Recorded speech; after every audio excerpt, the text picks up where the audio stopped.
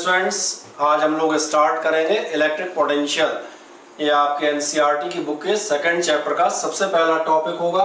इस चैप्टर में जो टॉपिक्स हम कवर करेंगे वो आपके होंगे electric potential, its definition and concept, then calculation of electric potential due to the point charge, आपका डाइपोल, इसके बाद स्फेरिकल शेल, शीट, और इन सब चीज़ों के ऊपर वन बाय वन जब आप जाएंगे तो जो the first question which arises वो आपके लिए क्या आता है, what is electric potential. Electric potential की जब हम लोग चर्चा स्टार्ट करते हैं तो आपसे बताया जाता है electric potential is the word which is just similar to the level of liquid in hydrostatics और द टेम्परेचर इन कैलोरीमेट्री और वी कैन से थर्मोमेट्री। अब आप पूछेंगे लेवल ऑफ लिक्विड या टेम्परेचर इन थर्मोमेट्री से सिमिलर आपका word कैसे, तो मैं बताता हूँ। Level of liquid, the level of liquid decides the direction of flow of liquid because liquids always flow in a direction from higher level to the lower level. Similarly in class 11th during the topics of the calorimetry and thermometry आपने पढ़ा हुआ if any two objects at different temperatures are placed in contact with each other then there will be a flow of heat and this flow of heat takes place in a direction from the body at higher temperature to the lower temperature। इसका मतलब क्या होगा, level of liquid is that property which decides the direction of flow of liquid. Similarly, temperature was that property which decides the direction of flow of heat. Similarly, in case of electricity, we have the term electric potential. और जब हम electric potential की बात करेंगे तो electric potential के लिए आपसे कहा जाता है इट इज दैट प्रॉपर्टी और that state which decides the direction of flow of charge. जैसा कि हमने लास्ट चैप्टर में अपने पढ़ा हुआ था, the bodies may be electrified और charge and you can place two charge bodies in contact also. हमने पढ़ा था charge is transferable, that means charge can be transferred from one body to the other. तो the electric potential of the bodies it is that property और state which decides the direction of flow of charge between the two charged conductors if these are placed in contact. How? Because the charge flows in a direction from the body at higher potential to the body at lower potential always. Secondly, आपसे कहा जाता है electric potential it defines the degree of electrification. Degree of electrification से हमारा meaning है if an object is highly electrified, that means it contains more electrical energy, then it will have the high electric potential. Similarly, अगर आपका degree of electrification कम है, the electrical energy is lesser, तो फिर आपका electric potential भी कैसा होता हुआ जाएगा, low। ये था हमारा electric potential का concept. Now the question, what is the mathematical definition of electric potential and how can we measure the potential? तो पोटेंशियल जब आप मेजर करते हैं तो पोटेंशियल आपको समझ में आएगा। मैंने आपसे कहा था it is the degree of electrification. ये कहीं ना कहीं इलेक्ट्रिकल एनर्जी को आपका डिनोट कर रहा है, that's why it is measured in terms of work done. According to the definition the electric potential at a point is defined as the work done in bringing a unit positive charge from infinity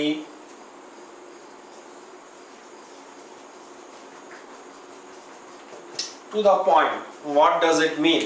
इसका बहुत simple सा meaning है, अगर आपके पास कोई भी point charge, let you have a point charge, let it be, और अगर आप देखेंगे जो हमने पढ़ा है the concept of electric field, definitely there will be the zone of influence और द इफेक्टिव जोन। ये वो इफेक्टिव जोन मैंने बनाया है जिस जोन में आपका इलेक्ट्रिक फील्ड होगा, यानी कि इस चार्ज का इफेक्ट आप कहीं कंसीडर करेंगे। Now if you do want to calculate the electric potential at some point, ये कोई पॉइंट है और आप यहाँ जानना चाह रहे हैं what will be the electric potential here. So how it is calculated by the work done in bringing a unit positive charge। हम ये मान के चलेंगे कि आप एक +1 कूलॉम यूनिट पॉजिटिव चार्ज कहीं से लाएंगे। कहाँ से लाएंगे? तो from infinity to the point, infinity से लेके अगर आप इस पॉइंट तक इस चार्ज को लाते हैं, इस प्रोसेस का जो भी वर्क डन होगा, that work done is known as the electric potential at that point. अब इसी डेफिनेशन को अगर आप मैथमेटिकली कन्वर्ट करेंगे तो आपसे क्या कहा जाएगा? Let it be a source charge and any test charge Q0 is brought from infinity. मैं मान चल रहा हूं ये सोर्स चार्ज है मेरे पास Q, ये इसका इलेक्ट्रिक फील्ड है। कोई भी आप टेस्ट चार्ज मीनिंग आपको लास्ट चैप्टर में भी कहा था, test charge means the charge which is used to test or calculate the intensity of electric field or other quantities at some point। तो अगर आप लेकर आते हैं from infinity to the point, तो इस टेस्ट चार्ज को लेकर आ रहे हैं। so what is the electric potential at this point? as the definition says, work done per unit positive charge। so that is the mathematical formula for the electric potential। now from this mathematical formula we can calculate two different things, जैसा कि हमने पिछले सालों में भी किया है। सबसे पहले आप कैलकुलेट करते हैं यूनिट आप जाएंगे, work done has the unit joule, the charge it has the unit coulomb. So this total is known as volt also. Next thing is the dimensional formula. अगर आप इसके डायमेंशंस पर जाते हैं तो डायमेंशंस आप कैसे कैलकुलेट करेंगे? वर्क डन अपने लिए होगा ml² t-2, that was the dimensional formula of work done। then the charge के प्लेस पर आप क्या रखते हुए जाएंगे? AT, and finally you will get ml² t-3 and a-1। so that will be your unit and dimensions। now one more thing, in case you are going in CGS system, ये जो हमने system लिया है कौन सा लिया था? Joule पर कूलॉम। जूल और कूलॉम आपको मालूम है, these are the units considered in SI system। if in some case अगर आप CGS सिस्टम में जाएंगे तो CGS सिस्टम में ध्यान से देखेंगे, CGS सिस्टम में आपकी यूनिट जो है पोटेंशियल की ये कहलाती है स्टेट वोल्ट। और जब स्टेट वोल्ट कहलाता है, then one more thing, what is the relation between the CGS and SI units? तो जो SI यूनिट है आपकी यानी कि 1 वोल्ट, ये इज इक्वल्स टू होता है 1/300 स्टेट वोल्ट्स। या फिर आप ऐसा भी कह सकते हैं 1 statvolt is equals to 300 volts. एक जनरल कंसेप्ट समझ में आता है, what is the definition of the electric potential. Then हम जहाँ जा रहे थे, what is the dimensional formula, what is the unit. अब अगली चीज, जब आपको ये समझ में आता है potential due to a charge, it is work done per unit positive charge. Then हम जाएंगे दो चीजों पर जो हमने यूनिट पढ़ी, how much is the 1 volt. तो एक डेफिनेशन अगली हम लेकर चलते हैं, और ये डेफिनेशन किसके लिए लेंगे?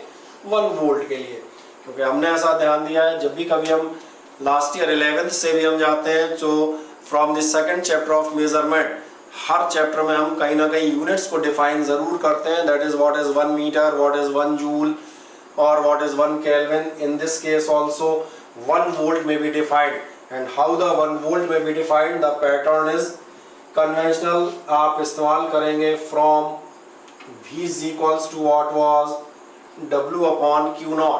और अगर W/Q0 है तो एक छोटी चीज मानते हैं, मैं क्या माने चलूंगा, हमारा work done W is equals to कितना है? 1 जूल, एंड द चार्ज और टेस्ट चार्ज इज 1 कूलॉम। अगर मैं ये मान भी चलूं मैंने चार्ज कितना लिया हुआ है? टेस्ट चार्ज 1 कूलॉम लिया हुआ है, और आपने वर्क डन कितना माना हुआ है? 1 जूल। तो फिर क्या होगा in that case? Then V is equals to 1/1, that is 1 volt, and if you can translate it into your own language, then you will get the definition for 1 volt. And what is that? The definition, it says if 1 joule work is to be done. How much work is to be done? If 1 joule work is to be done in bringing a unit positive charge from infinity to a point. Is it clear? If 1 joule work is to be done in bringing 1 coulomb charge from infinity to a point, then the potential at that point is said to be 1 volt. And finally, the types of the potential. Potential generally हम दो type के मानते हैं, as the charge is there, और दो types आप कौन सी मानते हुए जाएंगे? दो टाइप्स आप मानते हैं. One first is called positive potential, other one is called negative potential. And this concept is quite simple. कुछ नहीं करना है, केवल आपको ये याद रखना है पॉजिटिव चार्ज का पोटेंशियल पॉजिटिव होगा और नेगेटिव चार्ज का पोटेंशियल नेगेटिव होगा. यानी nothing is to be done. Simple. Positive जब भी चार्ज लें पॉजिटिव माने, और जब भी आप नेगेटिव चार्ज मानते हैं तब नेगेटिव मानते हुए जाएं. Okay, now we will calculate the electric potential due to a point charge. किसी पॉइंट चार्ज की वजह से आपको इलेक्ट्रिक पोटेंशियल कैलकुलेट करना है. कोई point charge let it is a point charge Q. इसको हम एक नाम से और जानते हैं, it is called source charge. Source charge means it is the charge around which an electrical field is present there. अब जब आप इस चार्ज की वजह से इस इलेक्ट्रिक फील्ड में किसी भी पॉइंट P पर let P is a point at which the distance is R, and आपको इस पॉइंट पर इलेक्ट्रिक पोटेंशियल कैलकुलेट करना है.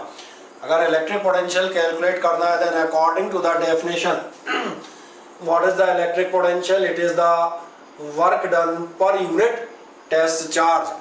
Work done per unit test charge में वर्क डन क्या था? Work done in bringing the charge from infinity.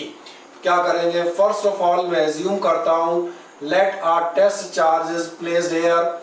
If the test charge is placed here then this charge is experiencing N electric field in this direction. For convenience हमने suppose किया ये charge आपका कैसा है? Positive Q. Then it will be the direction of electric field, and this test charge is displaced by dr, a very small displacement dr. अगर हम इसको हल्का सा डिस्प्लेसमेंट करते हैं, आए देखें ध्यान से, हम क्या कहते हुए जाते हैं? Late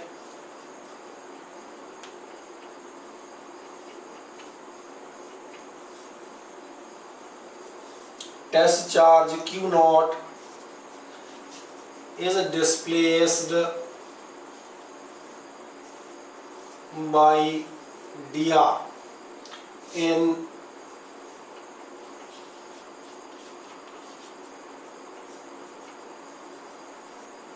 electric field of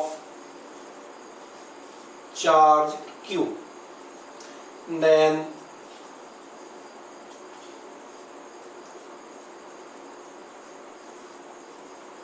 the work done. अगर आपने इसको डिस्प्लेस किया हुआ है तो कितना वर्क डन होगा?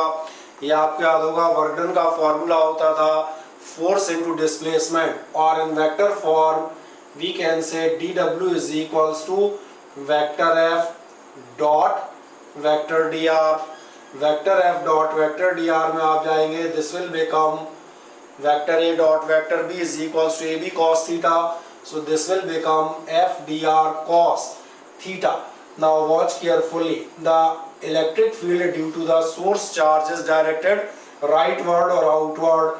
The test charge Q naught is brought close to the point charge. That means both are in opposite direction, or the angle between them is 180 degree. That means आपका work done हो जाएगा minus FdR. अब according to Coulomb's law it is known to us, जो आपने electrostatic से first chapter में पढ़ा है, F इज इक्वल्स टू था हमारा 1/4 pi epsilon naught Q1 Q2 by R square. इसका मतलब dw इज इक्वल्स टू कितना आएगा minus F D R minus F 1 upon 4 pi epsilon naught Q Q naught upon R square dot D R. Then what is the total work done. Total work done जब आप जाते हैं work done in bringing the charge from infinity. Work done in bringing the charge from infinity. जब आप infinity से charge को लेते हुए आते हैं तो इन्फिनिटी से आपका वर्क डन कितना होगा, that is to be calculated by the integration. So this will be integral of 1 upon 4 pi epsilon naught QQ naught upon R square, and what will be the limits.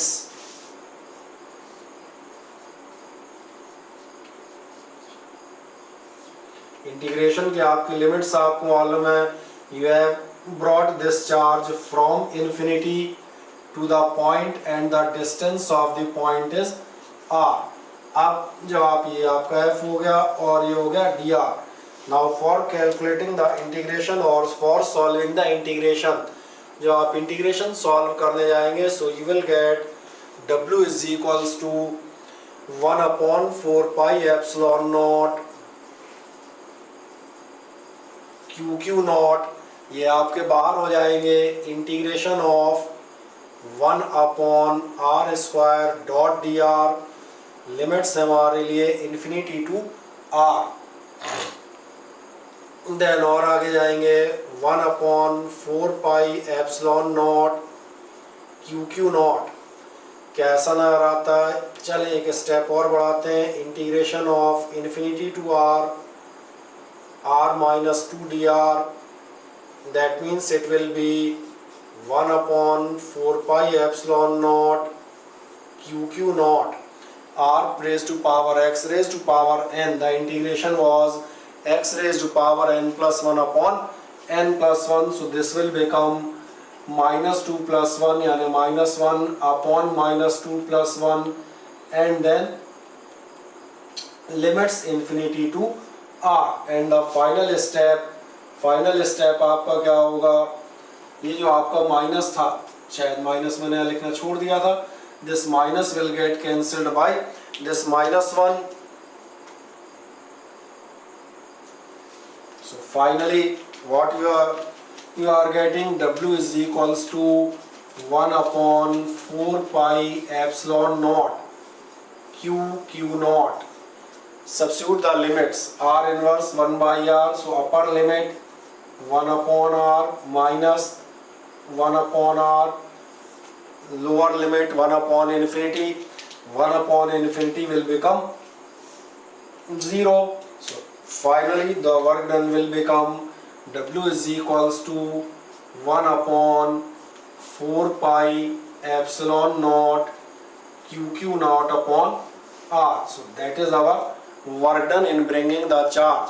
And final, जब आप इस derivation के बिल्कुल and point पर आते हैं अब, और लास्ट पॉइंट क्या था, जो हमारी डेफिनेशन थी, इलेक्ट्रिक पोटेंशियल क्या होता है, work done in bringing the charge unit positive charge, और we can say work done per unit test charge. So that is the work done calculated by us on the basis of integration. And last the final step, thus V is equals to W upon Q. जब आप W upon Q naught divide करेंगे test charge से, so only this Q naught will get cancelled and it will become 1 upon 4 pi epsilon naught. जैसे आप divide कर रहे हैं, कितना हो गया आपका 1 upon 4 pi epsilon naught Q by R. ये टोटल आपकी क्या चीज आ जाती है, आपके पॉइंट चार्ज का इलेक्ट्रिक पोटेंशियल. ओके, तो दो चीजें हम लोगों ने यहाँ तक पढ़ ली. नंबर फर्स्ट एक आपने पढ़ लिया, potential is defined as the work done per unit charge, और सेकंड आपने पढ़ लिया the potential of a point charge. Point charge का पोटेंशियल आपका कितना होगा, 1 upon 4 pi epsilon naught Q upon R. These two formulae are calculated by us. इसके बाद हमने इसमें एक चीज और पढ़ी कि if the point charge is positive then the potential will be negative and in case of a negative charge the potential will be negative. अब इस चीज का हम इस्तेमाल करते हैं। Now you will have another topic which is called principle of superposition. Principle of superposition, principle of superposition का आप इस्तेमाल करते हैं वेरियस न्यूमेरिकल्स में to calculate the resultant potential और in case of an electric dipole when net electric potential at a point is to be calculated. So what is principle of superposition? It is quite simple. Principle of superposition हमने इसके पहले electric force में, electric field में भी पढ़ा हुआ है and it is the same. It says if there is a system of charges, for example if it is a point P and a number of charges are surrounding it, let these charges are Q1, Q2, Q3 and Q4 और आपको बेहतर illustrate हो तो इसके लिए मैं मान लेता हूँ let this charge Q3 is negative in nature, then what will be the resultant potential at point P? So simply अगर आप देखने की कोशिश करें तो आपने रहेगा इस पॉइंट P पर potential will develop due to the charge Q1, another potential will develop due to the charge Q2 and so on। तो जो आपका रिजल्टेंट पोटेंशियल है वो रिजल्टेंट पोटेंशियल क्या होगा, इन सभी पोटेंशियल्स का कहीं ना कहीं टोटल होना चाहिए। And what is that total? तो और एक चीज मान लें, the distances of these charges are R1, R2, R3 and R4 and so on। So that's about the principle of superposition, which says that the net or resultant potential at a point due to a system of charge means many charges is equal to the algebraic sum। यहाँ हम कौन सा word इस्तेमाल करेंगे? यहाँ हम word इस्तेमाल कर रहे हैं algebraic sum। So it says the net potential at a point due to a system of charges is equal to the algebraic sum of all the individual potentials caused due to the various charges। For example यहाँ पर हमारे पास 4 charges थे, so the net potential will be V1 plus V2 plus V3 plus V4। Now what is meant by the term algebraic summation? Algebraic summation जो आपको clear है, in the algebraic summation we have to consider the positive or negative signs। जैसा कि हमने अभी आपको illustrate किया था, the potential due to a point charge is 1/4 pi epsilon naught Q by R, and in case of a positive charge the potential is positive and in case of a negative charge the potential is negative। तो जब हम यहाँ पर consider करेंगे तो 1/4 pi epsilon naught सभी के साथ आएगा, मैं इसको कॉमन कर लेता हूँ। What will be the value of potential due to the charge? First that will be Q1 upon R1 plus Q2 upon R2। These charges are positive, that's why the potential is taken positive। But in case of the negative charge where potential is negative, तो इसको आपने कैसा consider किया है? With minus sign और the negative। and फिर आपका Q4 positive है, इसको हमने पॉजिटिव लिया है and so on। So that is the algebraic summation। यानी आप इस पॉइंट पर जो पोटेंशियल निकालेंगे वो इन सभी के साइन या हम कहते हैं नेचर कंसीडर करते हुए ही निकाला जाएगा। तो ये था आपका प्रिंसिपल ऑफ सुपरपोजिशन। अब जो मैं आपसे कह रहा था, इस प्रिंसिपल ऑफ सुपरपोजिशन का हम यूज कहाँ करेंगे? तो 2 मेजर यूज मैंने बताए थे। पहला तो आपसे कहा था न्यूमेरिकल जो हम नेक्स्ट जो आपका वो आएगा उसमें लेंगे। पहली चीज जो हम लेंगे यहाँ पर वो है आपका इलेक्ट्रिक डाइपोल। अगर आप किसी इलेक्ट्रिक डाइपोल के लिए इलेक्ट्रिक पोटेंशियल्स कैलकुलेट करना चाह रहे हो तो फिर आपको प्रिंसिपल ऑफ सुपरपोजिशन की तरफ जाना पड़ता है। आज देखते हैं इलेक्ट्रिक डाइपोल को अगर हम लें, जो आपसे पिछले चैप्टर्स में डिस्कस किया हुआ है। Electric dipole as an assembly of 2 equal and opposite charges, let it be minus q, it is plus q। So what was an electric dipole? It was an assembly of 2 equal and opposite charges separated by some distance, and that distance was known as the effective length of dipole। और effective length of dipole को आप कैसे देते थे? A and A यानी कि total 2A। आए जब हम इलेक्ट्रिक डाइपोल पे आते हैं तो जैसा हमने प्रीवियस टॉपिक में intensity of electric field due to electric dipole calculate की थी in 3 conditions. First the axial condition, second the equatorial और transverse condition, and the third one is the oblique position. Similarly here also we can calculate the electric potential due to an electric dipole in three different conditions. जिन तीन conditions हम discuss करते हुए जाएंगे उनमें से सबसे first of all हम बात करते हैं वही पुरानी फर्स्ट कंडीशन, द एक्सियल और the longitudinal condition, or you can say end-on position. And what is meant by end-on position or longitudinal condition? That means the point where the potential is to be calculated, it is situated on the axis of the dipole. ये मैं मान के चलता हूँ, let it as a point P कितने distance पर है, so the distance is R and it is situated on the axis or end-on position.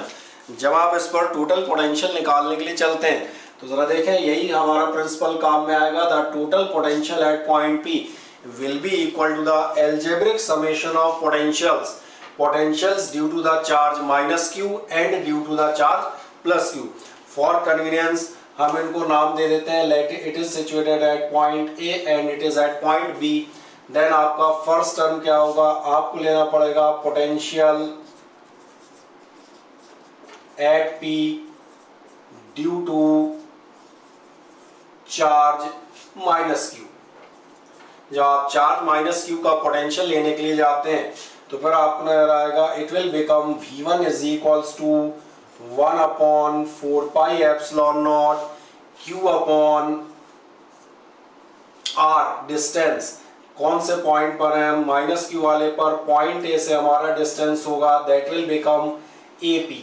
और एक छोटी सी बात, क्या आपको याद है, the negative charge has the negative potential, तो ये पोटेंशियल आपका कैसा होगा, नेगेटिव. अभी सुविधा के लिए मैं यहाँ लिख देता हूँ जिससे आपको समझ में आए. So this will become minus 1 upon 4 pi epsilon naught Q upon AP.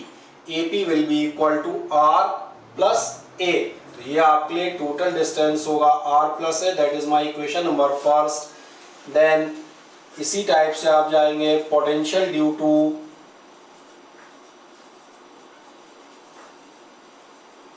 Charge plus Q. जब आप potential due to charge plus Q calculate करते हैं, so this V2 will become, it will be 1 upon 4 pi epsilon naught Q upon, now it is a positive charge so the potential will be positive, Q upon the distance from positive Q is BP. And if you observe carefully then this one will become 1 upon 4 pi epsilon naught Q upon BP. BP means ये total R और minus A, so it is R minus A. जब आप इतना calculate कर देते हैं तो final चीज जब दोनों पोटेंशियल कैलकुलेट हो जाते हैं तो फ्रॉम सुपरपोजिशन नेट पोटेंशियल, इसलिए आप जाएंगे नेट पोटेंशियल एट P. जो आप ये उठाएंगे तो V इज इक्वल्स टू कितना आना चाहिए, V1 plus V2.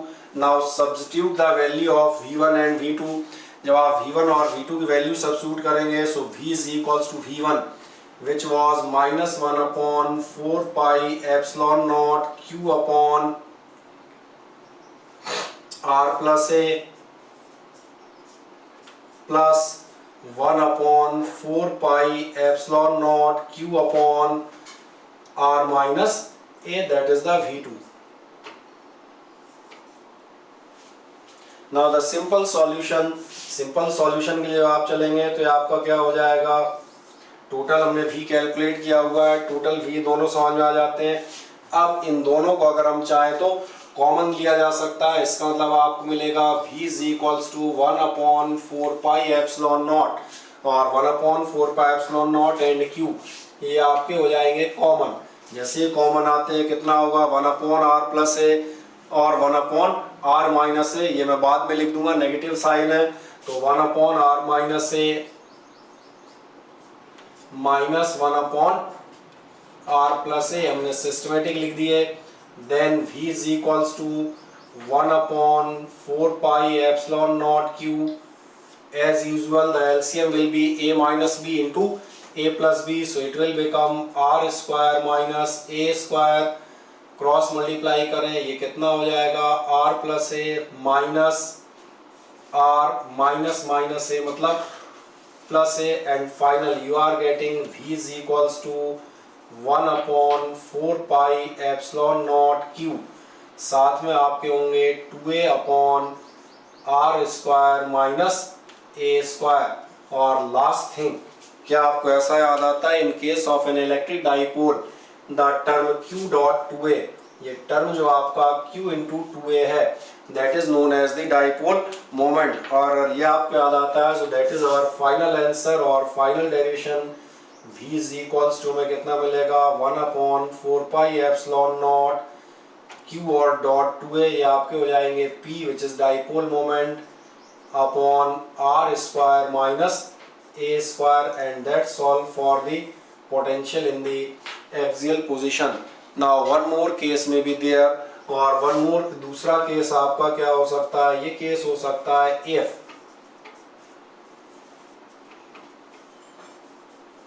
Dipole is small.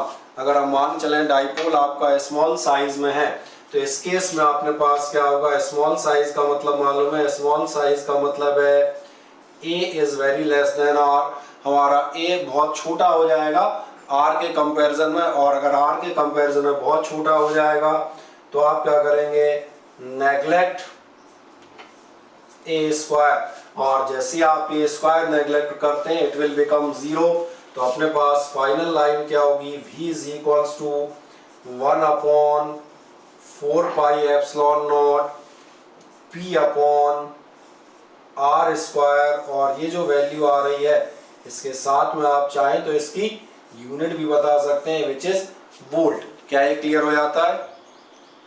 Okay, तो ये आपका कंप्लीट हो गया एक्सियल पोजीशन जो आपने पढ़ लिया। एक्सियल फॉर्मूला आपका क्या बनेगा, 1/4 pi epsilon naught p upon R square minus A square. Now move for the second condition, और सेकंड कंडीशन या सेकंड पार्ट आपके किस नाम से आने आता है, it is called equatorial position और broadside on position, another name is the transverse or perpendicular bisector।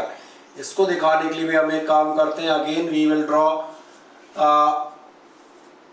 dipole having the charges minus q and plus q, these are separated by a distance 2a, it is the center, this distance on both the sides is a, the name of the charges are, let it be a and b again।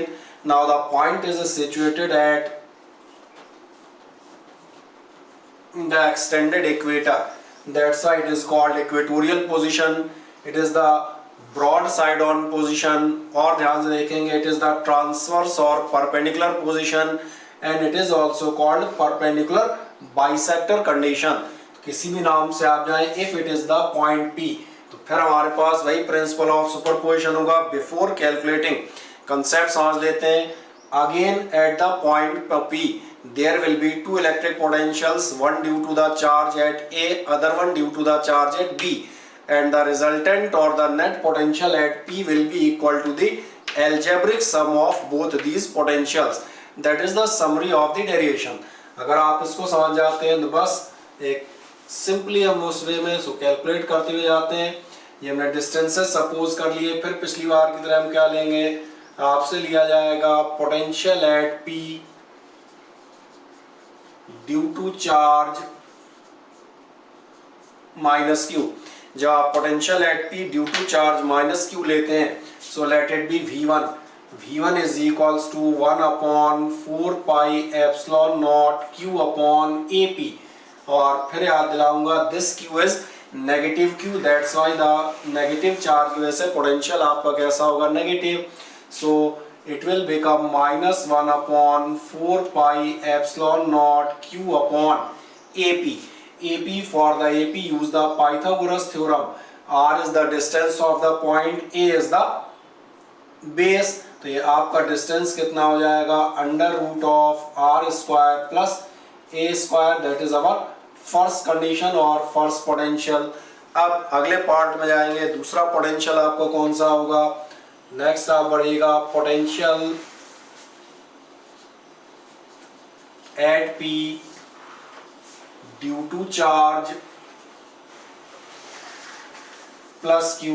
जब आप plus Q charge से potential निकालने की कोशिश करेंगे, so it will be same That means V2 is equals to 1 upon 4 pi epsilon naught Q upon BP. Q upon BP, Q is the charge, BP is the distance. As the charge is positive, so this value will be positive.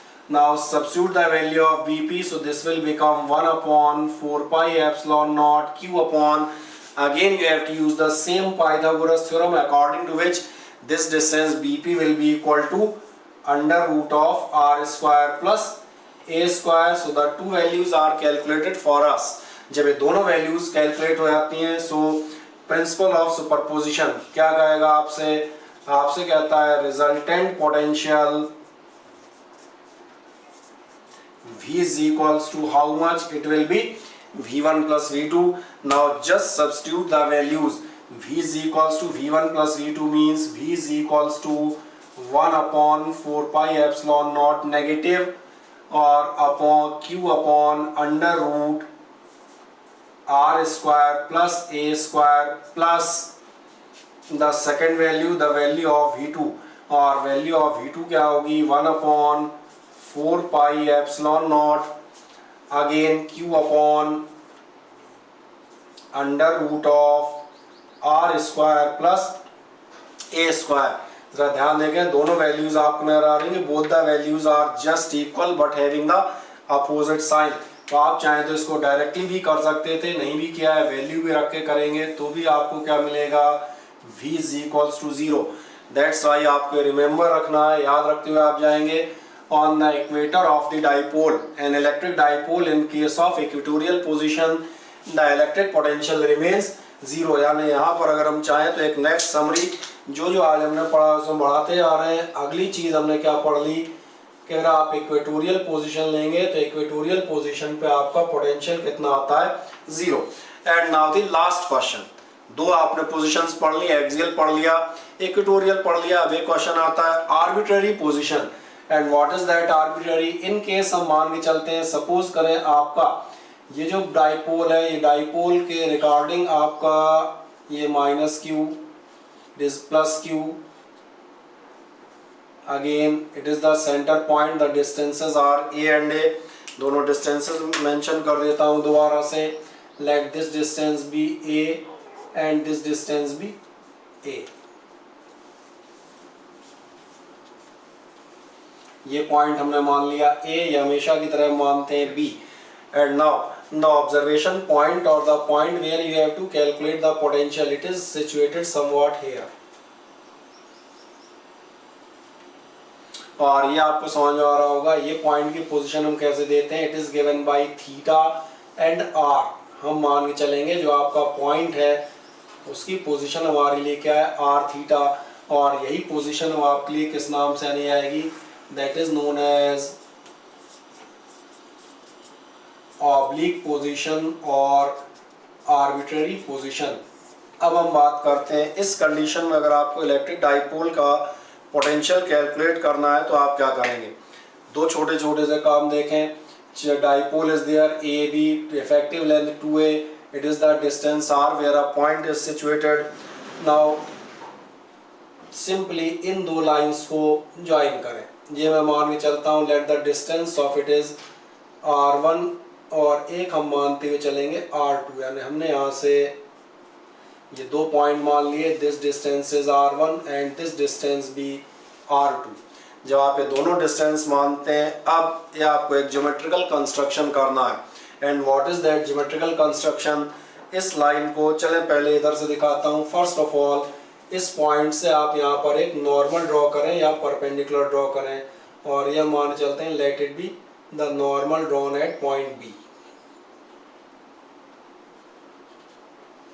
ये हमने यहाँ से normal draw कर दिया है. Similarly in this case also हम इस line को एक्सटेंड करेंगे. कौन सी लाइन को एक्सटेंड करते हैं? इस लाइन को हम एक्सटेंड करेंगे and another normal is drawn from the point A. इस पॉइंट से भी हम एक नॉर्मल यहाँ पर ड्रॉ करते हुए जाएंगे.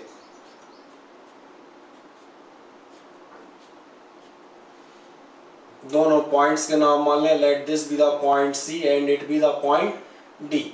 Now the question is there, मैंने आपके डायगोनल्स क्यों ड्रॉ, ये नॉर्मल्स क्यों ड्रॉ किए हैं? आइए देखते हैं। सबसे पहले तो जो मेन चीज थी, डाइपोल समझ में आ रहा था, पॉइंट समझ में आ रहा है। ऑब्लिक पोजीशन में R1 and R2 are the distances of the two charges, and ये जो मैंने ड्रॉ किए हैं BD and AC are the normals drawn on the centre line. Why? So I will illustrate it. सबसे पहले देखें, अगर हमें इस पॉइंट पर पोटेंशियल जानना है तो according to the principle of superposition या जो थ्योरी हम लेते हुए जा रहे थे, इस पॉइंट पे आपका पोटेंशियल फिर वही होगा, potential due to the charge A and potential due to the charge B, इन दोनों का समेशन। हम पहले ही कैलकुलेट करते हैं, हम निकालते हैं potential at P due to charge minus Q, और जब आप ये कैलकुलेट करेंगे so it will become V1 is equals to कितना होगा, 1/4 पाई एप्सिलॉन नॉट, फिर हमेशा की तरह minus Q upon and minus Q upon that will become R1। Now the next thing, potential due to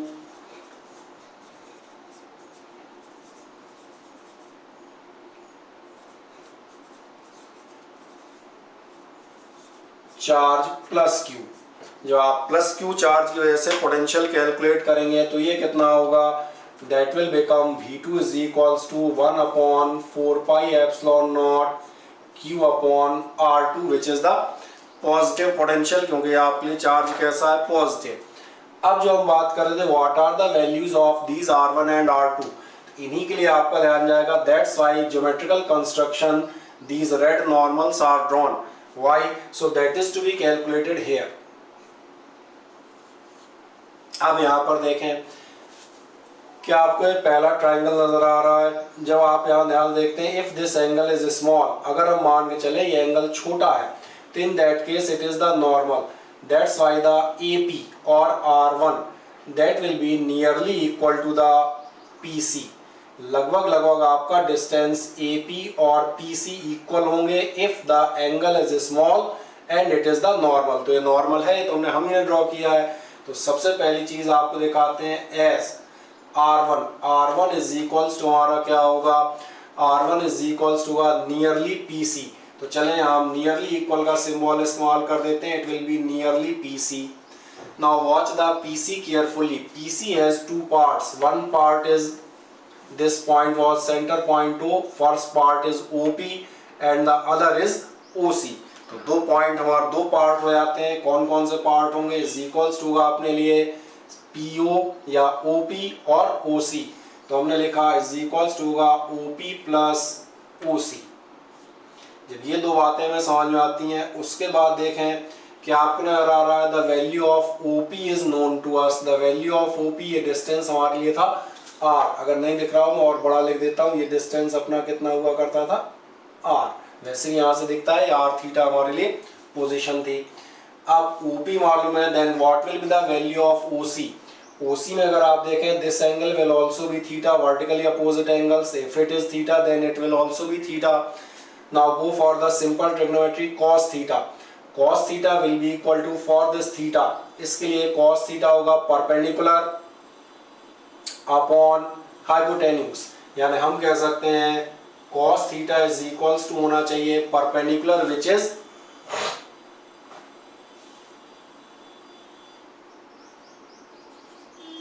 AC और upon आपको मिलेगा, sorry perpendicular base होना चाहिए आपका, बेस अपॉन हाइपोटेन्यूज। बेस हुआ आपका OC और हाइपोटेन्यूज आपका होगा OA।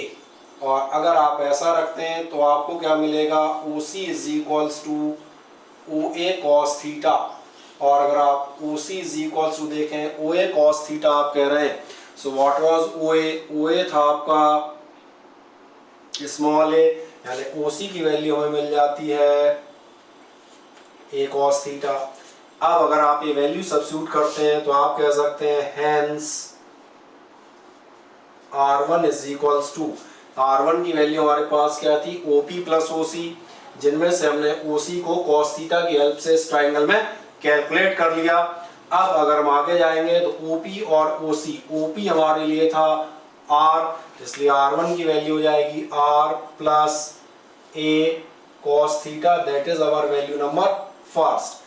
अब इसी प्रोसेस को एक बार और आगे कंटिन्यू करते हैं again in the second triangle. किसी भी एक ट्राइंगल में अगर आपको समझ में आ गया दूसरा अपने आप क्लियर हो जाएगा। आए सेकंड ट्राइंगल में जाएं, इस सेकंड ट्राइंगल पे जाओगे तो अपने लिए V2 था 1/4 pi epsilon naught Q upon R2। अब हमारे लिए सवाल है R2 कितना होगा। अगेन मैं मान के चलता हूँ late it be the normal and it is a small angle. अगर ये एंगल छोटा है और आपका ये नॉर्मल है, so it is normal because we have drawn it, then the value of this length will be nearly equal to this length, यानी आप कह सकते हैं आपका R2 नियरली इक्वल टू होगा PD। Now the question what is the value of PD। तो PD ध्यान देखें, PD को भी आप दो पार्ट के डिफरेंस के तौर पे दिखा सकते हैं। PD अगर आप देखेंगे P से लेके O तक और OP माइनस OD, आप चाहें तो उसको क्या चीज बता सकते हैं, that will be equal to OP minus OD। ध्यान से देखें जैसे मैंने R1 निकाला था जिस टर्मिनोलॉजी में, उसी में मैं इसको भी कैलकुलेट कर रहा हूं। Now the value of OP is known to us, OP हमें मालूम है ये R है, then OD is to be calculated. और अगर आप OD को कैलकुलेट करते हुए जाते हैं तो OD हमारे लिए कितना आएगा, OD जरा देखें O से लेके D तक, इसके लिए हम इस ट्राइंगल का फिर इस्तेमाल करेंगे। जब आप इस ट्राइंगल का इस्तेमाल करेंगे क्या आपको दिख रहा है ये theta, that is the base और upon hypotenuse.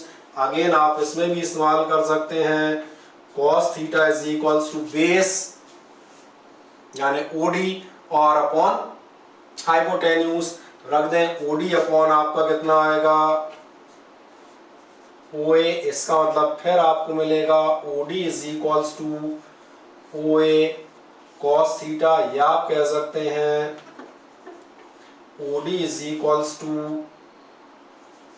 A cos theta. और अगर यहाँ OA ना लेना चाहे तो यहाँ OB भी आप ले सकते हैं, दैट इज ऑल्सो। जैसे ही आपको मिल जाता है दोनों वैल्यूज आपको मिल गई, क्या आपको समझ में आता है, इसका मतलब हमारे पास RD भी मिल जाएगा। आप क्या कह सकते हैं R2 is equals to, R2 हमारा कितना था OP माइनस OD। OP ये हमें मालूम था R है, OD हमने कैलकुलेट कर लिया, OD हमने कितना कैलकुलेट किया A cos थीटा, तो जैसे आप रखेंगे तो ये हो जाएगा and that is the value number second.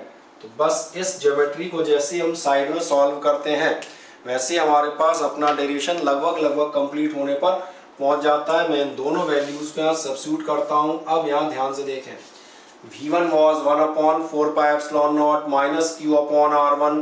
The value of R1 is calculated from the geometry or from the triangle. अगर आपने इसको कैलकुलेट किया है so it will become minus 1/4 pi epsilon naught Q upon R1 which is R plus A cos theta.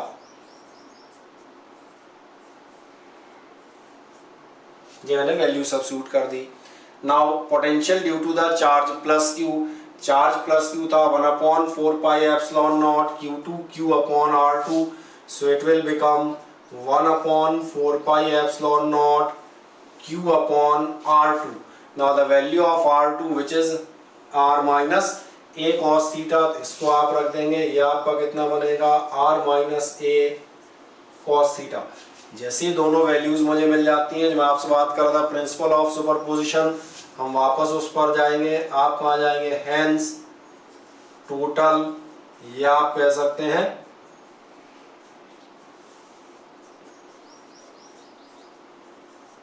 resultant potential. What will be the total or resultant potential? It will become V is equals to V1 plus V2। और जब ये V is equals to V1 plus V2 आता है तो चले हम value रखते हुए आते हैं, इस साइड का हल्का सा रब कर लेंगे।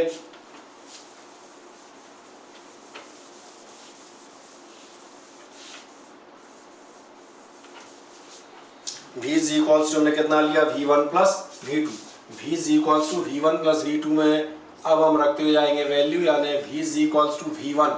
V1 आपके लिए -1/4 पाई एप्सिलॉन नॉट और साथ में आपका दिया है Q upon R plus A cos theta. Similarly आपका V2 which is 1/4 pi epsilon naught Q upon R minus A cos theta. बस एलसीएम निकालने का हमारा काम केवल यहाँ पर बचा हुआ है। Final step, you are taking 1/4 pi epsilon naught Q as the common, systematic rearrange कर देंगे, that will become 1/R minus A cos theta minus 1/R plus A cos theta, and that's all for the derivation. Just go for the LCM. That means V is equals to 1/4 pi epsilon naught Q A minus B and A plus B, so it will be R square minus A square cos square theta. Then cross multiply, so it is R plus A cos theta minus R plus A cos theta. और जब आप इतना calculate कर लेते हैं तो देखें दो टर्म आपके कैंसिल होंगे। कौन से टर्म कैंसिल होंगे? R and R will get cancel and you are getting as the result V is equals to 1/4 pi epsilon naught Q dot, ऊपर आपका बचता है 2A cos theta upon R square minus A square cos square theta. So last step, क्या आपको हर बार की तरह ये याद आ जाता है? Q dot 2A, it will become the dipole moment. So the final answer, your potential due to an electric dipole in the arbitrary position, this V will become 1/4 pi epsilon naught P cos theta upon R square minus A square cos square theta. So that's all for this. ये आपकी कौन सी condition हो जाती है? Oblique, या हम कहते हैं आर्बिट्ररी पोजीशन। अब दो छोटी छोटी सी बातें और लास्ट बताता हूँ, क्योंकि हमने इसके पहले दो कंडीशंस और निकाली थी, एक्सियल और इक्वेटोरियल। एक्सियल और इक्वेटोरियल जब आप जाते हैं, ये खास पोजीशन थी। Axial means when the point is situated on this line, that means when this theta is 0, and equatorial position is that one in which this theta becomes 90। तो हम ये चेक करेंगे क्या ये डेरिवेशन इन दोनों कंडीशंस को satisfy करता है या फिर नहीं। आइए चेक करें। अगर सपोज करें, मैं मान चलता हूं हमारे पास कंडीशन है एक्सियल। एक्सियल कंडीशन में जरा ध्यान देखें, इन केस ऑफ एक्सियल पोजीशन ये लाइन का आनी चाहिए यहाँ, because the point will be situated somewhat here. तो अगर पॉइंट यहाँ कहीं होगा तो आपका थीटा इज इक्वल्स टू होगा 0, और अगर थीटा इज इक्वल्स टू 0 है, so cos 0 that is 1, cos 0 that is 1, तो आपका V axial is equals to आता है 1/4 पाई एप्सिलॉन नॉट P, क्योंकि cos थीटा हमारा 1 हो गया है, upon R square minus A square, and you can check it is, this is the equation which is obtained here. ऐसे हम दूसरे केस में भी आपसे बात कर सकते हैं। दूसरा केस आप कौन सा जाएंगे कि अगर हमारी कंडीशन हो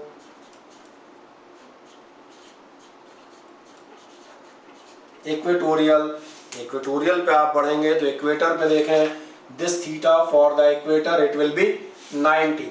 तो अगर आप थीटा इज इक्वल्स टू 90 रखेंगे, क्या आपने ध्यान दिया है cos theta 90, cos 90 will become 0, so something into 0 that will become 0, तो आपको मिलेगा V is equals to 0, and again you can check this result from this।